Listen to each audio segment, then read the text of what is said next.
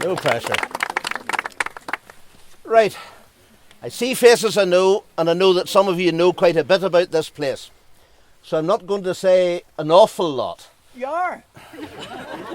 Some of us have beds to go to. No, seriously, if it does rain, I will cut things, because there's nothing worse than standing in the middle of the rain. Just to put it in context, this begins with a family that comes from Scotland, like an awful lot does in this bit of the world. A family called Agnew from a place called Lochnaw in Ayrshire. Lochnaw is in behind Stranraer. Now, the boat doesn't go to Stranraer anymore, but if you went into Stranraer and turned right and went 3 or 4 miles across from there, Lochnaw Castle is still there to this day. A big house of the scale of this, inhabited, but the family are not there and haven't been for 50 or 60 years. But they were a big family in their day, significant, wealthy people. And they did what quite a lot of people in Scotland did at the time. They began to look across here with a view to, making their fortune. And in those days that meant land. There was land for the having here because the population was greatly depleted here, and because the man who owned an awful lot of this bit of the country, that is the Earl of Antrim, was willing to do business with Scots. So he did. Inquiries were made. And the family came over in 1613, and the first land they got was in a townland called Ballykeel, which is about a mile that way, up on the higher ground up there. And that was their foothold. And they built a house there. I don't think much survives of that house now because it was abandoned a very long time ago, but that's where they began. Then by degrees they began to move out. Ballykeel, then Drumnadonaghy, next townland coming down. Then 1622, other lands, is a bit ill-defined, that one. Then 2 years later, 90 acres in Greenland and Ballycraigie, which is basically above Larne. Then 1635, the head of the family in Lochnaw is leasing lands to the son here. It gets very complicated and you don't need to know all of that, but they do business between them. Then the Earl of Antrim leases to Sir Patrick and Lochnaw, Lely's, Drumnadonaghy and Ballyedward. Lely's is there, Drumnadonaghy is there, Ballyedward is further over that way. In other words, they are building up quite a handful of the townlands of Kilwaughter. Suffice to say that at the same time they're bringing in people, because owning land is worthless. I mean, you can look at it, but that's no good to anybody. You really need tenants who will live on it and who will pay you the money for the privilege of doing that. So they bring in people from the bit of Scotland where they're known, where the family name carries weight. It works like this.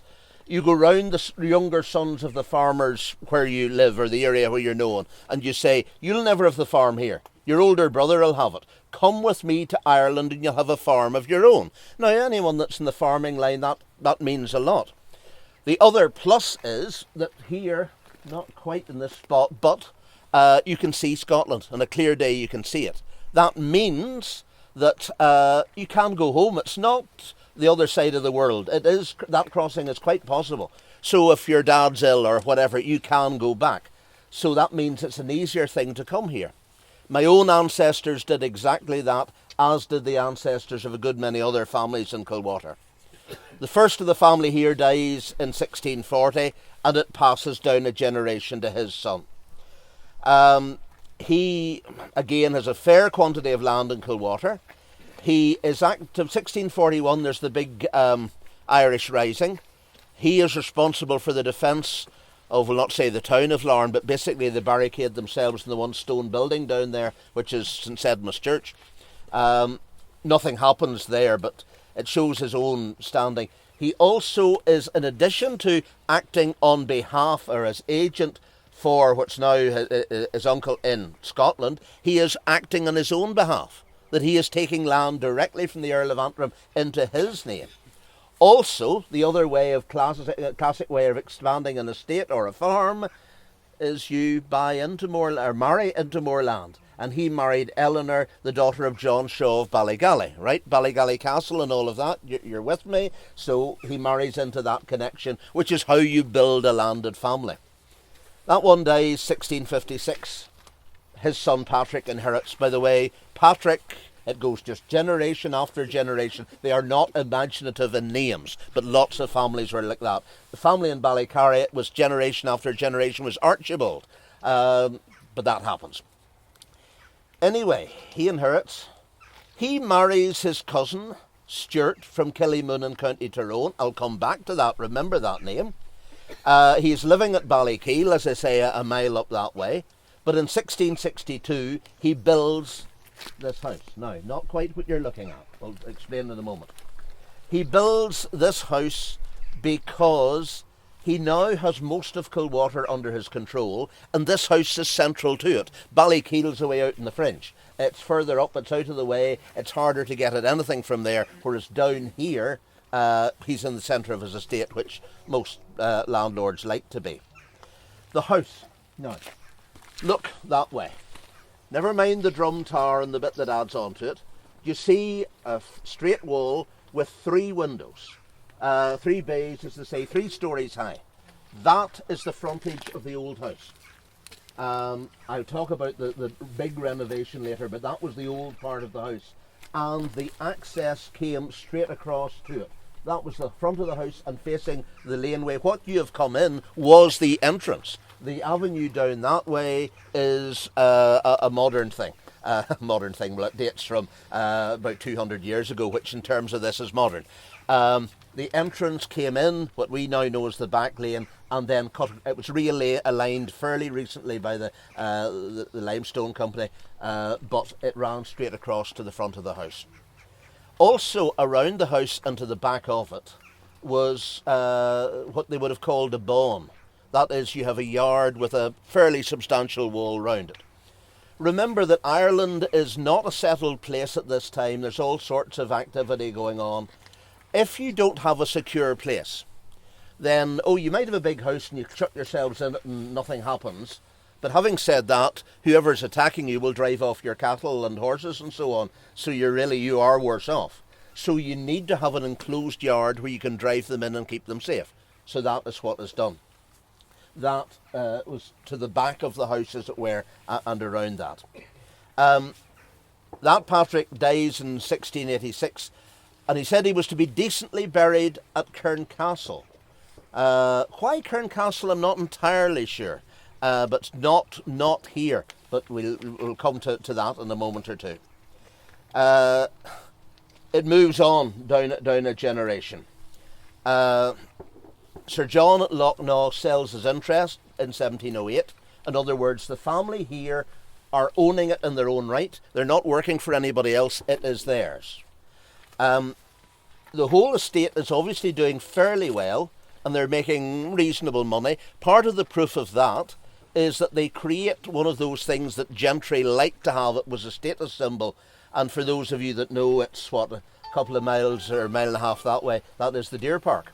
And the Deer Park was made in 1722.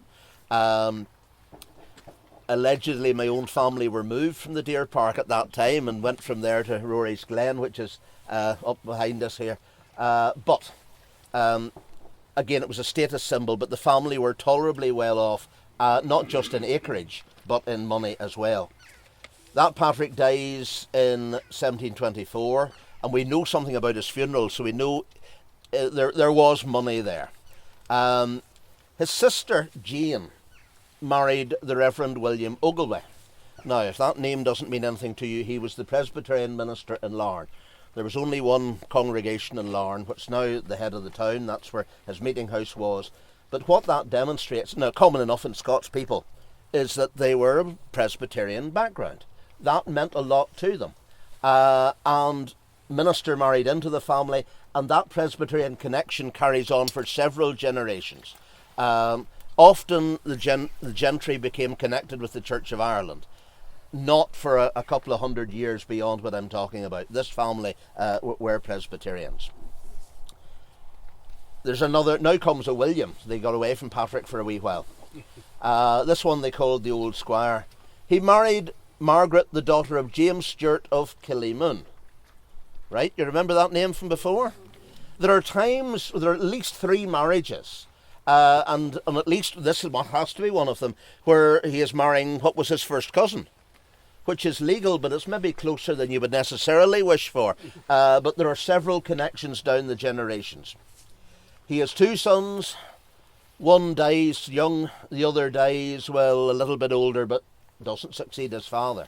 So the family, the male line dies out. But what he did do, the old man, William did, was acquire a lot of land. Not only is he constantly adding to it, but the Earl of Antrim, by this stage, the Antrim family are short of cash. And they will sell land to whoever has cash. And the Ignews obviously have money at the time, and they buy more and build the thing. So that by the 1770s, they have lands in Kilwaughter, in Castle, in North Antrim, and even in County Tyrone, which is a fair spread in anybody's terms. When he dies in 1776, his estate is valued at £7,000. Multiply by 250, something like that, maybe 300, to give you an estimation. What's that? Call it 2.5 million, which isn't too bad. But he has no male heir. So it sidesteps. He realises this is the case. His sister Eleanor had married a man called Ross, and then after he died, a man called Valentine Jones. Well, Valentine is an unusual name, but it ran in their family. These people are Belfast merchants. They traded in all sorts of commodities, wine, all sorts of things, shipping. There's a whole story to be told there. The point is, they are wealthy people. They really have a lot of money. And in a sense, it's funneling down to the point of the family we're coming to. And you'll know the reason for that shortly. Their son is Edward Jones. And Edward Jones, there's an offer made. If he takes the name Agnew, he will inherit Kilwaughter, etc. So he becomes Edward Jones Agnew. When he inherits, he is 9 years of age, so it's all in trust for him at that stage. But he takes the name Agnew. He doesn't take possession until 1788 when he's 21. Allegedly he came, looked at the place, and went away. Maybe it wasn't quite up to his standards. Maybe he was used with Belfast. I don't know. But he does come back, and he spends the latter part of his life here. The other thing which makes him of great interest is that he was a political animal. He enjoyed politics in the liberal interest. Now, this is the period coming up to the time of the United Irishmen and all of that. And he, while not being a United Irishman, is involved in that field and respected by them. He is the Member of Parliament for County Antrim. Now, the county seats were much sought after, and you had to be somebody of real standing to get one of them. He is MP for County Antrim, or one of the 2 MPs for County Antrim from 1792 to 1797. Those of you who know the stories about the Kilwaughter coach, this is exactly the period it dates from, because that was how he went, literally, to Dublin, to the Parliament that sat in Dublin and was abolished in 1800. That's another story. As a sign of his political affiliation, he gave the volunteers in Larne £100 in 1793. Okay, now that's a hefty donation, with which they bought 2 cannon, 2 brass cannon. The volunteers were, well, that was part of their status symbol. Most of them simply disappeared. One of them actually made it to the Battle of Antrim in 1798. But anyway, Jones Agnew put in £100 towards that. The other thing that was done in his time is what you're looking at. The castle was rebuilt between 1806 and 1808, not least modelled on Killymoon Castle in County Tyrone. You're ahead of me there. Stewarts of Killymoon, the family they keep marrying into, they get to like the look of their place, and so they get the same architect who's done work there. The architect is a man called Nash, one of the leading architects of his day. Did a lot of work on various castles around Ireland, various places in England, London, big house in London down the end of the Mall, Buckingham something or other. Yep, same architect, yes, he had a big hand in that. So, well-known architect. The Drum Tower is his signature piece. He was very fond of those and put them in quite a few castles. The building that you see, as I say, the older bit was that block. Drum Tower, the entranceway, and a whole block on the far side of that running away from us. Kilwaughter Castle was not that large as castles go. In its heyday, there were 34 rooms. Well, there you go. We basically have a basement level where the servants did their things. Then you have 2 or 3 stories of accommodation for the family, and doubtless space in attics here and there for the servants to sleep. Curious thing, while the best rooms were undoubtedly, and we know this from photographs of the Drum Tower and the rooms beyond that, the family, as in Edward Jones Ignew and his sister, when they were at home, they lived in the old part, where the rooms were smaller, dark, and panelled in wood. Possibly, I think, they were warmer. And in the winter time in these parts, that could mean quite a lot. But I suspect that was what they did. But we know that they had a fondness for that. But so the house was well established, well built, pretty impressive. Not absolutely top-notch, but fairly decent. But let me put it like this. Between 1806 and 1808, the cost, the money laid out on that, was £15,000. Now do the calculation. I would say probably multiply by 200 or 250 would do it. Where does that bring us? Somewhere between 3 and 5 million. Now the interesting thing is this. The Jones family paid for that out of their pocket. Oh yes, some of it will have come from Kilwaughter, but most of it will come out of the money of the Jones family. Not many families even now could put their hands on 3 or 5 million, but they did. So that's a level of the sort of money they had.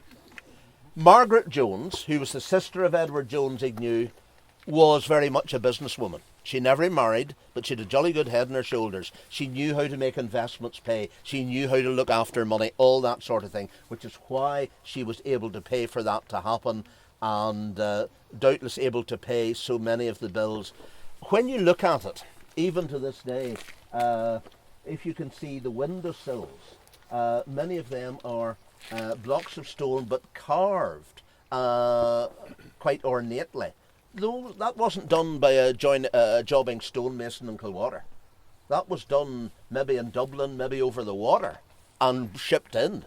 The basic work would have been done by local men, but a lot of it would have been specialist. But there was a lot of effort put into it. Now, Edward Jones Ignew, and you think, right, there's the family line established again. Not quite. Edward Jones Ignew didn't get the length of getting married.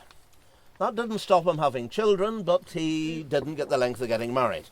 And in those days, that created major problems, legal and otherwise. There were 2. William Ignew, born in 1824, and Maria Ignew, born in 1826.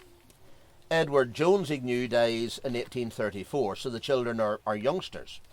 So it falls back to his sister, their aunt, Margaret Jones. As I said, she consolidates the estate. She runs the place and runs it until her death in 1848, at which time William Ignew takes over. William, interesting man, private tutor, brought up as a country gentleman, but for some reason he didn't really take to Kilwaughter, and he spent much of his adult life living in Paris. I suppose he had the money to do it, but why Paris could be better than Kilwaughter, I really wouldn't know. But another twist. There's nothing but twists and turns in all of this. Maria Ignew marries Thomas Collins Simon, who was her brother's tutor. At 18 years of age, basically she runs away and marries the tutor. There's a lovely phrase, contemporary thing, to the great surprise and mortification of her aunt. The aunt was beside herself. This was not what was planned. So anyway, there it goes. They have a child, born in 1847, Maria Augusta, who, when she is of adult years, marries Count Ugo Balzani. Ugo, I presume, is Italian for Hugh or Hugo. Balzani is probably a common enough name if you live in Italy. He lived in Rome, which was fine. But that is where the Balzani connection comes in. Kilwaughter School closed sadly most of 40 years now, but there, Agnew Balzani. The boys' school was Agnew, the girls' school was Balzani, and that was why. That kept the names. William dies in 1891. So, is that the end of it all? Well, not quite. Not quite. Because then what happened was, after his death, the castle is let. Now, you think of, you can rent houses, and you go to an estate agent and there are houses available for rent. But you don't tend to think of houses like that being available for rent. But they were. Here and there, the houses like that were rented. And this is rented to a man called John Goldsmith, who is a Belfast linen merchant and tolerably well off, and his wife, who is an American lady called Bessie. He dies actually not that very long afterwards, but the linen trade must have raised enough money because the wife is able to live here for the next 23 or 4 years. We are grateful to her in a number of ways. She is a photographer, which was, from 1890 odd, was a relatively rare thing. I mean, we're talking tripods and all that sort of thing. But she and her brother also, an American brother who visited, took many photographs, not least of the house inside and out, of the yards of various houses and people around Kilwaughter. In, I think it's 1898, a lovely thing happens. The family, or the people in Kilwaughter hear that the Balzanis are coming over to visit. And the tenants ask, can they come to meet them? Because this is the last of the Agnews, as it were. And yes, that's fine. And they all have their photograph taken. Just there, running down towards the front door, the camera just a few yards further out. There are 65 men in that picture. It wasn't sort of bring the whole family, it was the head of the family.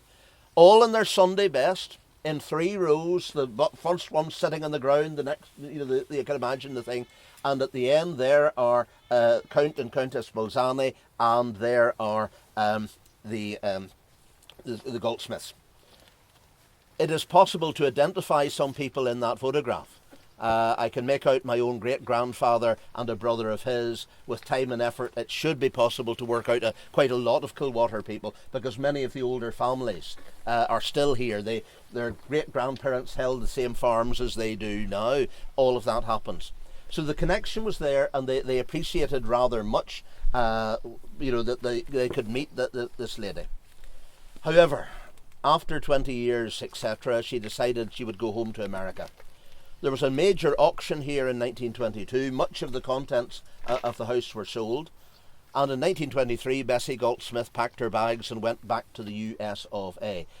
Maybe fortunately the photographs went with her, and they're in the library in the University of Baltimore, which means they are safe and accessible and so on. Then the house sat. One of the family, of the Balzani family, comes over and stays here. We know her name is Gwendolen, but she was remembered in Kilwaughter as Madame Valentin. Now, just before this time, from 1890 and then in 1903, the big one, the Land Purchase Acts enabled the tenant farmers to buy out their land. And most of them did. The system was that you were now paying the government rather than the landlord. And when you had paid the government so much over so many years, you owned the land, complete freehold. In Kilwaughter, all except 3 farmers would do that. The 3 thought, no, there's a catch in this, we're not doing it. I know one of the families, and they carried on, and she collected the rents in person and lived here. But there's not a lot of money, the whole thing's getting a bit difficult. If you remember, in the First World War, Italy was on our side. In the Second World War, Mussolini put Italy on the other side. So what was left, and it was basically only the home farm and bits and pieces, was confiscated by the government as being the property of an enemy alien. So the family she had gone just before the war. The family were out of it. The government owned what there was. And during the war, there were American soldiers stationed here. If you look across, if you can see the wall above the front door, you can see electrical cables. I mean, the family never put electricity into that house. That was the Americans. That was in the wartime. So the Americans had various huts and so on further back in the grounds. You can see the bases of some of them. But they didn't do too much damage. The place was still in use for social functions in the years after the war, 48, 9, right through to then. But then the problem came that after the war, there wasn't a lot of money. The government didn't have much spare money. And it probably was in possession of many old houses round the countryside and didn't know what to do with them. And they thought, well, who will buy it? Nobody. What can we do? And someone said, well, put it in the market and see. The bid was from E.H. McConnell's, brackets, Metals Limited, the scrap men. They were interested in the lead on the roof. Certainly the Drum Tower had a massively thick lead roof, because I've known people who were on it. Most of the house probably had lead, so you have a big quantity of lead, which is always valuable. You had the fireplaces, you can imagine big marble fireplaces, there was always value in those. The ornate woodwork, doors, architraves, staircase. But beyond that, a chap I know who was in the building, an old man now, but in the building trade, and his father before him said, hold on, in 1951 there were still a lot of wartime restrictions. And at that stage, it was very hard to get timber. Therefore, every bit of decent timber would have been taken out of the building. And this was all part of the booty for E.H. McConnell's. After that, well, basically what you see. All that is added over the years are plants growing here and there. There's some fairly decent trees growing inside it. It is very sad. Various attempts to try and make something of it. But nothing very successful. It would be a major project. A couple of years ago it seemed as though it might be possible. That idea is fading a little at present, so there we go. But what we're left with is the sad relic of what was a major house in its day, a very fine house, and also the centre, the focal point of Kilwaughter. Everyone in Kilwaughter looks to it. All the old families regret that it's in that state. Because it was something they looked to and liked, but these things happen in life.